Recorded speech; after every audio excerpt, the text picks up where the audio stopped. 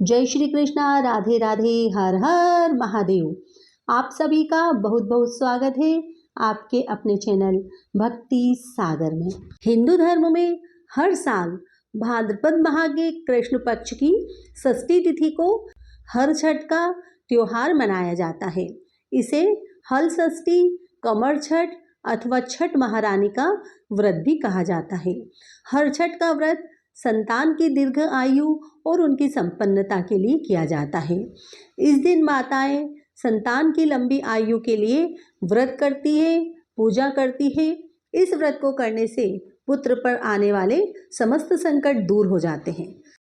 मान्यता है कि इस दिन भगवान कृष्ण के बड़े भाई बलराम का जन्म हुआ था। ऐसा माना जाता है कि द्वापर युग में श्री कृष्ण के जन्म से पहले शेषनाग ने बलराम के रूप में जन्म लिया था। बलराम जी का शस्त्र हल है, इसलिए इस दिन महिलाओं को हल चले हुए जमीन में चलना और उसमें उत्पन्न सामग्री को उपयोग करना मना रहता है। आइए जानते हैं हर छठ हल षष्ठी व्रत पूजा विधि। हर छठ के दिन स्नान ध्यान करने के बाद विधि विधान पूर्वक पूजा अर्चना की जाती है। यह व्रत वही स्त्रियां करती है जिनको पुत्र होता है। जिनको केवल पुत्री होती है वह यह व्रत नहीं करती। इस शुभ दिन दीवार पर गाय के गोबर से हर छठ का चित्र बनाया जाता है। इसमें गणेश, लक्ष्मी, शिव पार्वती, सूर्य चंद्रमा, गंगा जमुना आदि के चित्र बनाए जाते हैं। आजकल बाजार में हर छठ माता का बना बनाया चित्र भी मिलने लगा है। हर छठ बनाने में झरबेरी, ताश और पलाश की एक एक शाखा का इस्तेमाल किया जाता है। पूजा में 7 प्रकार के भुने हुए अनाज का भोग लगाया जाता है। पूजा के लिए 7 तरह के अनाज जैसे धान, गेहूं, चना, मटर, मक्का, ज्वार, बाजरा, अरहर चढ़ाए जाते हैं। इस व्रत में महिलाएं प्रत्येक पुत्र के आधार पर 6 मोटे मिट्टी के बर्तनों में 5 या 7 भुने हुए अनाज या सूखे मेवे भरती है। अंत में हर छठ की कथा सुने और विधि विधान के साथ पूजा अर्चना करें। स्त्रियां पूजन के समय कुश के पेड़ में गांठ बांधती है। इसके लिए स्त्रियां कुश लगे हुए स्थान पर जाती है अथवा घर में ही किसी स्थान या गमले में कुश लगाकर गांठ बांधती है। पूजा के बाद में महिलाएं भैंस के दूध से बने दही और महुआ को पलाश के पत्ते पर खाती है। इस दिन महिलाओं के द्वारा इस व्रत में हल से जुते हुए अनाज व सब्जियों का सेवन नहीं किया जाता। इसलिए महिलाएं इस दिन तालाब में उगे पसही, तिन्नी के चावल, पचहर के चावल खाकर व्रत रखती है। केवल वृक्ष पर लगे खाद्य पदार्थ के ही सेवन की अनुमति होती है। विशेष रूप से महुए के फल का सेवन इस व्रत में किया जाता है। इस व्रत में गाय का दूध व दही इस्तेमाल में नहीं लिया जाता। इस दिन महिलाएं भैंस का दूध, घी व दही इस्तेमाल करती है। इस व्रत को करने से व्रती को धन, ऐश्वर्य आदि की प्राप्ति होती है। इस व्रत को करने से पुत्र पर आने वाली समस्त संकट एवं बाधाएं दूर हो जाती हैं।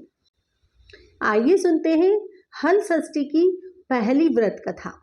मथुरा के राजा कंस अपनी बहन देवकी को विवाह उपरांत विदा करने जा रहे थे तो आकाशवाणी के वचन सुनकर कि देवकी का 8वां गर्भ तेरी मृत्यु का कारण बनेगा, अपनी बहन बहनोई को कारागार में डाल दिया। वासुदेव देवकी के 6 पुत्रों को एक एक कर कंस ने मार डाला। जब 7वें बच्चे के जन्म का समय नजदीक आया तो देवऋषि नारद जी वासुदेव और देवकी से मिलने पहुंचे और उनके दुख का कारण जानकर देवकी को हल षष्ठी देवी के व्रत रखने की सलाह दी। देवकी ने नारद जी से हल षष्ठी व्रत की महिमा व कथा पूछी तो नारद जी ने पुरातन कथा कहना प्रारंभ कर दिया। चंद्रव्रत नाम का एक राजा हुआ जिनके एक ही पुत्र था। राजा ने राहगीरों के लिए एक तालाब खुदवाया किंतु उसमें जल न रहा, सूख गया। राहगीर उस रास्ते गुजरते हुए और सूखे तालाब को देखकर राजा को गाली देते थे। इस खबर को सुनकर राजा दुखित हुआ कि मैंने तालाब खुदवाया, मेरा धन व धर्म दोनों ही व्यर्थ गया। उसी रोज रात राजा को स्वप्न में वरुण देव ने दर्शन देकर कहा कि यदि तुमने अपने पुत्र की बलि तालाब को दोगे तो तालाब जल से भर जाएगा। सुबह राजा ने स्वप्न में कही बात दरबार में सुनाया और कहा कि मेरा धन व धर्म भले ही व्यर्थ हो जाए, पर मैं अपने पुत्र की बलि नहीं दूंगा। यह बात लोगों से होता हुआ राजकुमार तक पहुंचा तो वह सोचने लगा कि यदि मेरी बलि से तालाब में पानी आ जाए तो लोगों का भला होगा। यह सोचकर राजकुमार अपनी बलि देने तालाब में बैठ गया। अब वह तालाब पानी से लबालब भर गया। जल के जीव जंतुओं से तालाब परिपूर्ण हो गया। इकलौते पुत्र की बलि हो जाने से राजा दुखी होकर वन को चला गया। वहां 5 स्त्रियां व्रत कर रही थी, जिसे देखकर राजा ने पूछा, आप लोग कौन सा व्रत और क्यों कर रही हो? पूछने पर स्त्रियों ने हल षष्ठी व्रत की संपूर्ण विधि विधान बतलाया। उसे सुनकर राजा वापस नगर में आया और अपनी रानी के साथ उस व्रत को किया। व्रत के प्रभाव से राजपुत्र तालाब से जीवित बाहर निकल आया। राज परिवार सहित हल षष्ठी माता के जयकार कर सुखपूर्वक निवास करने लगे। हल षष्ठी की पहली कथा पूर्ण हुई। हल षष्ठी दूसरी कथा। अब नारद जी ने देवकी से हल षष्ठी व्रत की अन्य कथा कहना शुरू किया कि उज्जैन नगरी में 2 सोतने रहती थी। एक का नाम रेवती तथा दूसरी का नाम मानवती था। रेवती की कोई संतान नहीं थी, जबकि मानवती के 2 पुत्र थे। रेवती अपनी सोत के बच्चों को देखकर हमेशा सोतिया डहा से जलती रहती और उनके पुत्र को मारने का जतन ढूंढती रहती। एक दिन उन्होंने मानवती को बुलाकर कहा कि बहन, आज तुम्हारे मायके से कुछ राहगीर मुझसे मिले थे। उन्होंने बताया कि तुम्हारे पिताजी बहुत बीमार हैं और वह तुम्हें देखना चाहते हैं। पिता की बीमारी की बात सुनकर मानवती दुखी हुई। रेवती कहने लगी कि बहन, तुम शीघ्र अपने पिता से मिलने चली जाओ। तुम्हारे आने तक मैं बच्चों का ध्यान रखूंगी। सोत की बात को सच मान अपने पुत्रों को रेवती के हाथों सुरक्षित देखकर मानवती पिता से मिलने मायके चली गई। अब रेवती बच्चों को मारने का अच्छा मौका जानकर उन दोनों बच्चों को मारकर जंगल में फेंक आई। इधर मानवती जब मायके पहुंची तो पिता को स्वस्थ देखकर पिता से अपनी सोत की कही बात को कहा कुशल क्षेम पूछती है। अब मानवती के पिता ने अनहोनी के संदेह से पुत्री को जाने को कहा, किंतु मानवती के माता ने कहा कि आज हल षष्ठी माता का व्रत का दिन है, अतः तुम भी पुत्रों की दीर्घायु की कामना से यह व्रत कर आज की जगह कल चली जाना। माता की सलाह मान मानवती पुत्रों की स्वास्थ्य की कामना करती हुई हल षष्ठी व्रत धारण कर दूसरे दिन अपने घर जाने को निकली। रास्ते में वही जंगल पड़ा और वहां अपने बच्चे को खेलता कूदता देख उनसे पूछने लगी कि तुम लोग यहाँ कैसे पहुँचे। तब पुत्रों ने बताया कि आपके चले जाने पर हमारी दूसरी माता रेवती ने मारकर हमें यहाँ फेंक दिया था, तभी एक दूसरी स्त्री हमें फिर से जिंदा करके गई है। अब मानवती को समझती देर न लगी कि यह सब माता हल षष्ठी की कृपा से ही संभव है और माता की जयकार करती हुई घर को आ गई। घर में मानवती के पुत्रों को पुनः जीवित देख और माता हल षष्ठी की महिमा जान सभी स्त्रियां हल षष्ठी का व्रत करने लगी। हल षष्ठी की दूसरी कथा पूर्ण हुई। हल षष्ठी तीसरी कथा। नारद जी ने देवकी से हल षष्ठी व्रत की और कथा कहना प्रारंभ किया कि दक्षिण में एक सुंदर नगर है। वहाँ एक बनिया अपनी भार्या के साथ रहता था। दोनों पति पत्नी स्वभाव से बहुत अच्छे व संस्कारी थे। बनिया की पत्नी गर्भवती होती संतान को जन्म देती थी, किंतु भाग्यवश उनके संतान कुछ समयोपरांत मर जाती थी। इस प्रकार एक एक करके बनिया के पत्नी के 6 संतान मृत्यु को प्राप्त हो गई। इस कारण दोनों पति पत्नी बहुत दुखी होकर मरने की उद्देश्य लेकर घर से वन की ओर चले गए। वहां जंगल में एक साधु से उनकी भेंट हुई तो उन्होंने साधु से अपनी व्यथा कह सुनाई। साधु ने ध्यान लगाकर देखा कि बनिया के संतान कहाँ हैं। साधु ध्यान में यम, कुबेर, वरुण, इंद्रादि लोक में ढूंढा, किंतु जब वहाँ बनिया के बच्चे नहीं दिखे तो साधु ब्रह्म लोक को गए। वहाँ साधु ने बनिया के सारे संतान को देखकर उन्हें अपने माता पिता के पास लौटने का आग्रह किया। बच्चों ने वापस लौटने से मना करते हुए कहा कि मुनिवर, इससे पूर्व हम कई बार जन्म ले चुके हैं। हम किस किस माता पिता को याद रख उनके पास जाएं। हम जन्म, मृत्यु और गर्भ के चक्कर से अब मुक्त हैं, अतः अब नहीं जाना चाहते। तब साधु ने बनिया को दीर्घजीवी संतान प्राप्ति का उनसे उपाय पूछा। उन आत्माओं ने कहा, यदि बनिया और उसकी पत्नी हलषष्ठी का व्रत रख पूजन कथा श्रवण कर अपने पुत्र का व्रतोपरांत जल से भीगा कपड़ा पोठा लगाए तो उनका यह बालक दीर्घजीवी होगा। उन आत्माओं से इस प्रकार सुन साधु ध्यान से वापस आकर बनिया से हलषष्ठी व्रत कथा नियम आदि को बताया। साधु से इस विधि विधान को सुन दोनों पति पत्नी घर को गए। समयोपरांत जब हलषष्ठी व्रत का दिन आया तो उन्होंने व्रत रखा तथा संतान प्राप्ति का वर मांगा। माता हलषष्ठी की कृपा से अब बनिए की पत्नी गर्भवती हुई और एक सुंदर संतान को जन्म देती है। अगले व्रत पर उन्होंने साधु के बताए अनुसार अपने पुत्र को पोता मारती है। माता की कृपा से अब उनके संतान ने दीर्घ आयु को प्राप्त किया। बनिया का परिवार प्रसन्नता पूर्वक जीवन यापन करने लगा। हलषष्ठी की तीसरी कथा पूर्ण हुई। हलषष्ठी की चौथी कथा। एक बार राजा युधिष्ठिर ने भगवान श्री कृष्ण से अत्यंत शोक संतप्त होकर कहा, हे देवकी नंदन, सुभद्रा अपने पुत्र अभिमन्यु के मरणोपरांत शोक संतप्त है। वह अभिमन्यु की भार्या उत्तरा के गर्भ की संतान भी ब्रह्मास्त्र के तेज से दग्ध हो रही है, क्योंकि दुष्ट अश्वत्थामा ने गर्भ को निस्तेज कर दिया।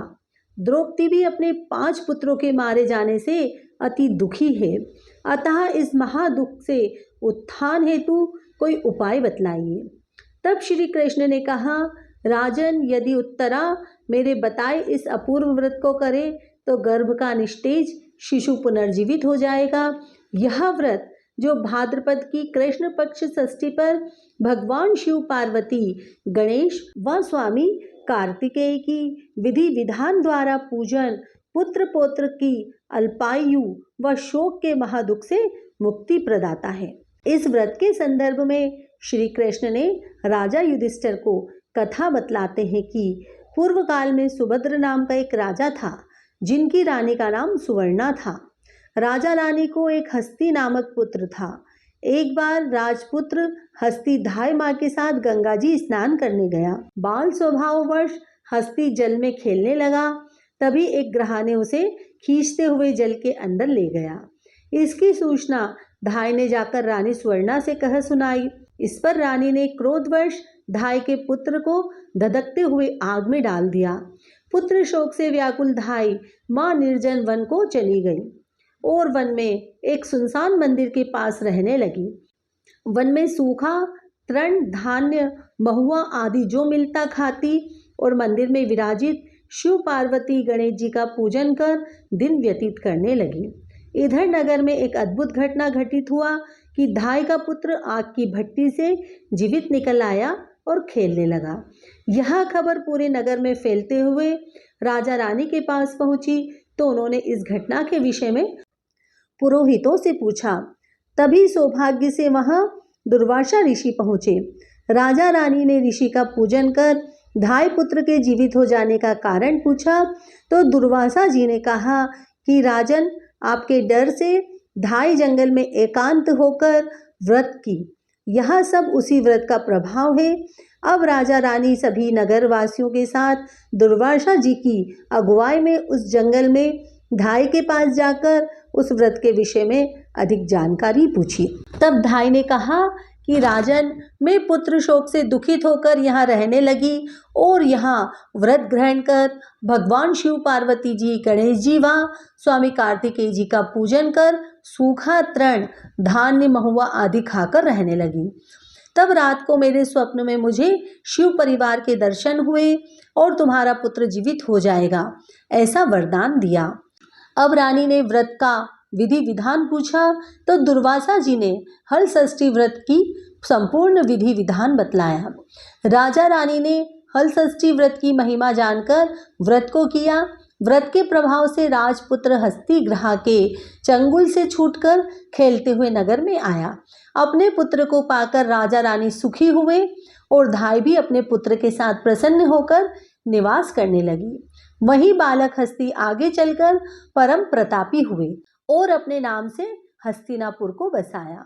इस प्रकार भगवान श्री कृष्ण ने युधिष्ठिर से हल षष्ठी व्रत की महिमा का ज्ञान देते हुए कहा कि हल षष्ठी व्रत कथा पहले नारद जी ने सुन, मेरी माता देवकी ने इस व्रत को सबसे पहले किया, जिसके प्रभाव से उनके आने वाले संतान की रक्षा हुई।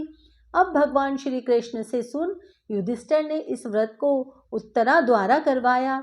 व्रत के प्रभाव से उत्तरा का अश्वत्थामा द्वारा नष्ट हुआ गर्भ पुनः जीवित हो गया तथा प्रसव पश्चात बालक का जन्म हुआ, जो कालांतर में राजा परीक्षित नाम से प्रसिद्ध हुआ। षष्ठी की 5वीं कथा। प्राचीन काल में एक ग्वालिन थी। उसका प्रसव अत्यंत ही निकट था।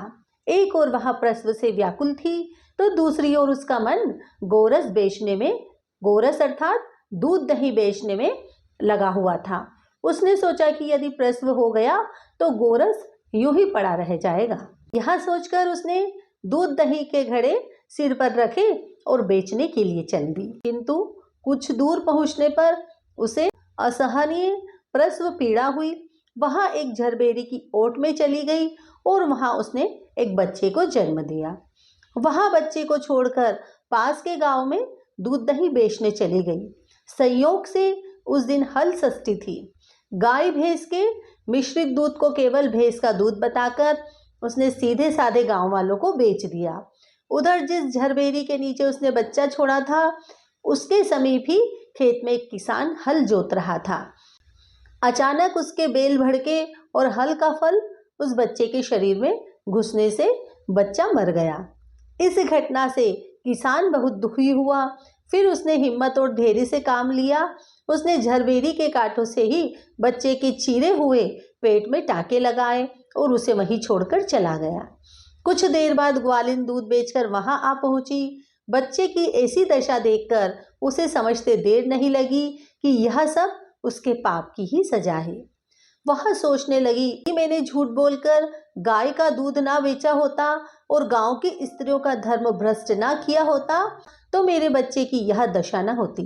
अतः मुझे लौटकर सब गांव वालों को यह बात बताकर प्रायश्चित करना चाहिए।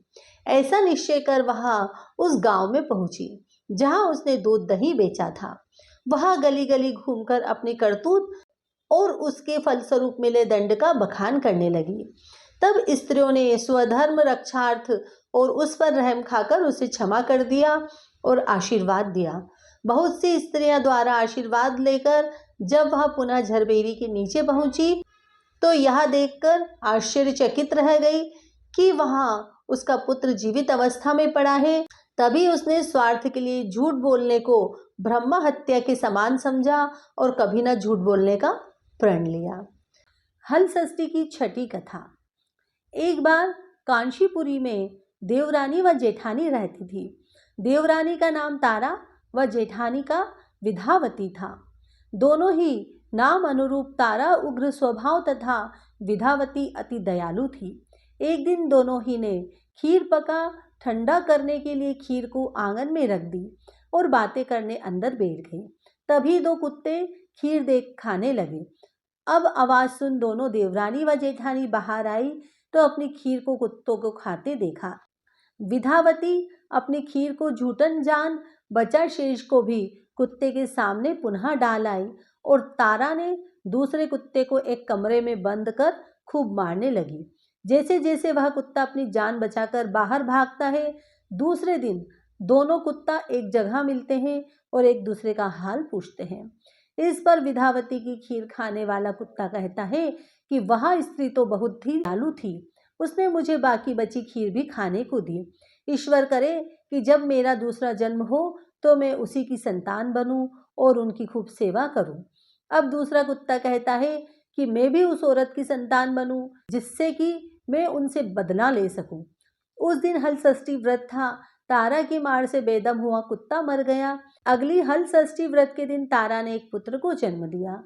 जन्म के बाद वह बालक अगली हल षष्ठी के दिन मर गया।